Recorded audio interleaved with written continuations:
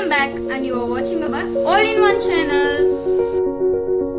இந்த வீடியோல நம்ம சப்பாத்தி எப்படி மேக் பண்றதா பார்க்க போறோம். நீங்க கேட்கலாம் சப்பாத்தி யார் வேணா செய்யலாமே, ஆனா சாஃப்ட் அண்ட் ஃப்ளஃபியா எப்படி சப்பாத்தி செய்யறதுன்னு இந்த வீடியோல பார்க்கலாம். வாங்க வீடியோக்குள்ள போயிடலாம். வெல்கம். இப்போ உங்க வீட்ல 4 பேருக்கு சப்பாத்தி செய்யணும்னா 500 கிராம் ஹாட்டா போட்டுக்கிட்டா போதும். சப்பாத்தி செய்யும் போது தண்ணி கொஞ்சம் கொஞ்சமா விட்டு பிசையுங்க. அப்படி பிசையும் போது தண்ணி அதிகமா ஆகாது, கரெக்டா லெவல்ல இருக்கும். சப்பாத்தியை பிசையும் போது கைவிடாம பிசைஞ்சிட்டே இருந்தா சப்பாத்தி ஸ்மூத்தா சாஃப்டா வரும்.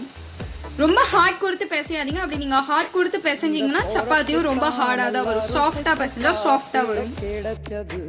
பிசையும் போது உப்பு போட மறந்துடாதீங்க. மாவை நல்லா சாஃப்டா பிசைஞ்சிட்டே இருங்க. எப்போ அந்த மாவு கையில ஒட்டாம வருதோ அப்ப நம்ம அந்த மாவை அப்படியே விட்டுடலாம்.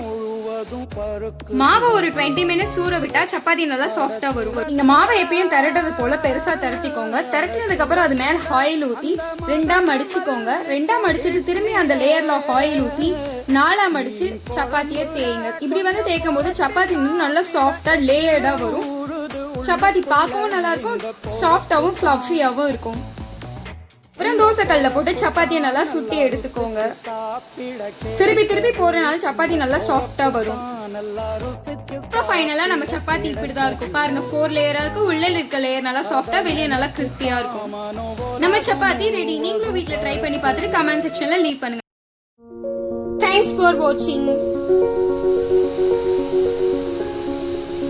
நம்ம வீடியோ உங்களுக்கு பிடிச்சிருந்தா லைக் பண்ணுங்க, கமெண்ட் பண்ணுங்க, ஷேர் பண்ணுங்க, மறக்காம சப்ஸ்கிரைப் பண்ணுங்க.